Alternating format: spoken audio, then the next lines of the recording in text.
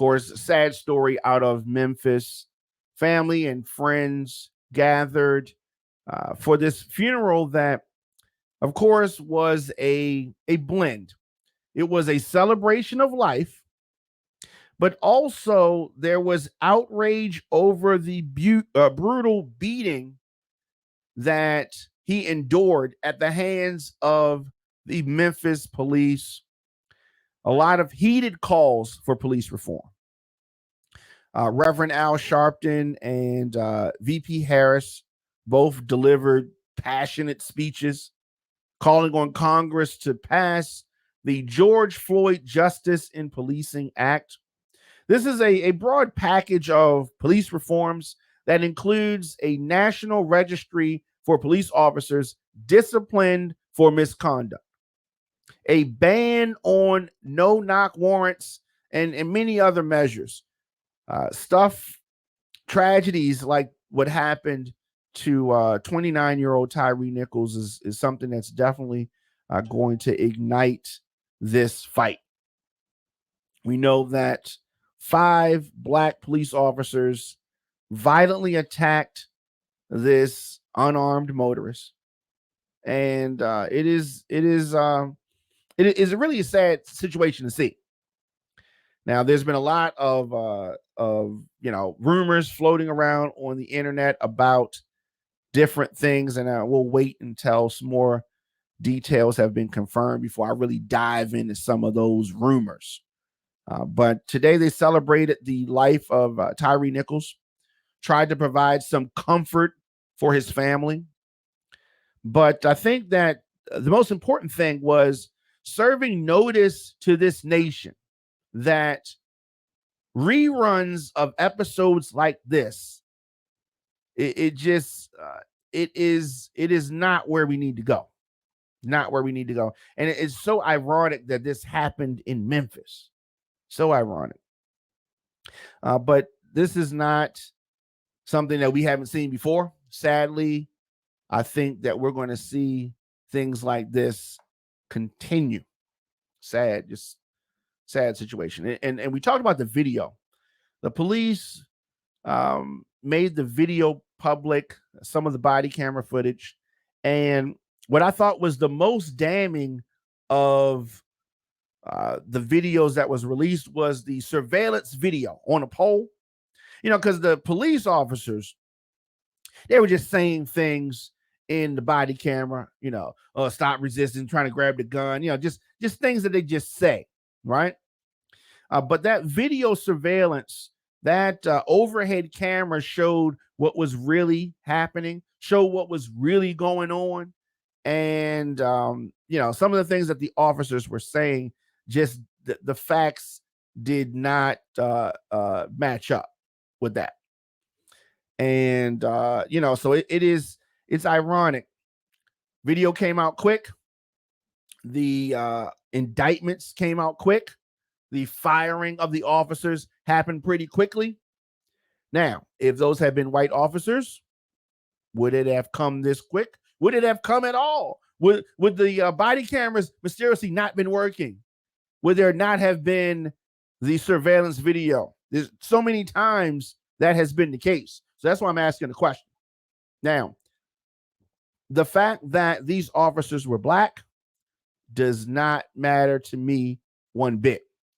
Whether it was white officers, whether it was Spanish officers, whether it was Black officers, this was wrong. Now, depending on the race of the officers, that would definitely have an impact on the justice that we got or did not get.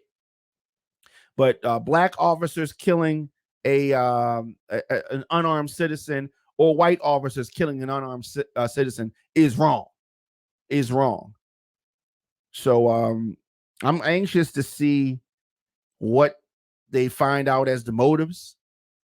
If there were, I'm anxious to see that. I don't know where this case is going to go, but this is definitely going to ignite something immediately. Now, long term, is it going to have national implications? I don't know. Is it going to have local implications? Stuff in Memphis change? Possibly. I don't know if this is going to affect the nation, But I definitely think that this is going to stir things up in Memphis. But yeah, it's just a sad situation.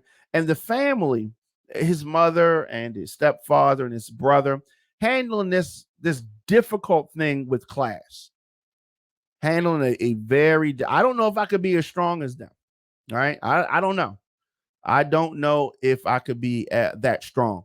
But these folks, in the just in the public eye, dealing with one of the most difficult, one of the most heartbreaking things that you could ever imagine.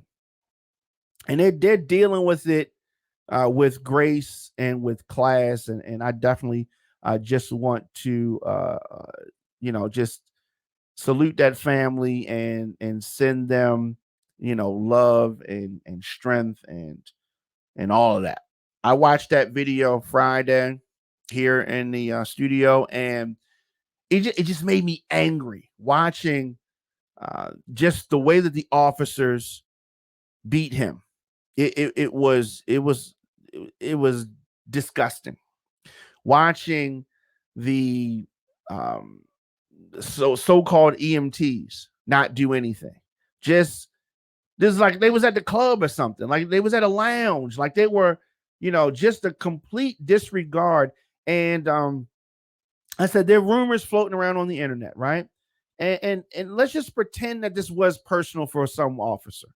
It wasn't personal for all of them, was it? Like nobody had any compassion.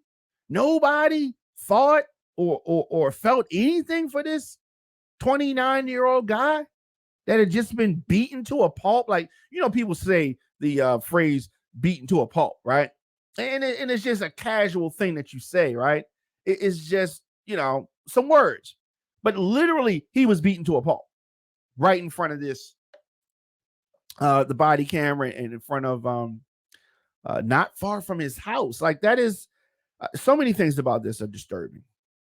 So many things about this are disturbing. And wait till you hear the defense attorneys for these officers try to make the excuse. Oh, they're gonna try to make the excuse. We was in fear for our life. It's gonna come out. They're going to say those words. They're going to say we were in fear for our life. We were, we just want to make sure we come home. They're gonna say all the same things.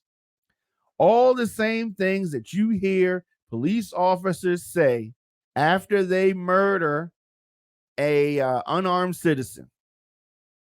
You're gonna hear them say it. And then you're also gonna hear folks say, well, y'all worried about the police killing people. What about when regular folks kill people? How come y'all don't get outraged then? Because you got folks saying that. And we should and are outraged, but it's just the two different levels of outrage, right? Now, I don't think that we should ignore the violence that happens in our streets every day. And I don't ignore it. We talked about earlier the fatal shooting in West Baltimore on Saturday. We talked about that earlier. We talked about in DC, like we talked about it. Yes, I'm outraged every time there's loss of life. Every time. In any city in this country. So it's not that we turn our backs when it happens, for folks that are not police officers. It's just that those are high profile situations. But this, by no means are we minimizing the deaths that happen every day in this country.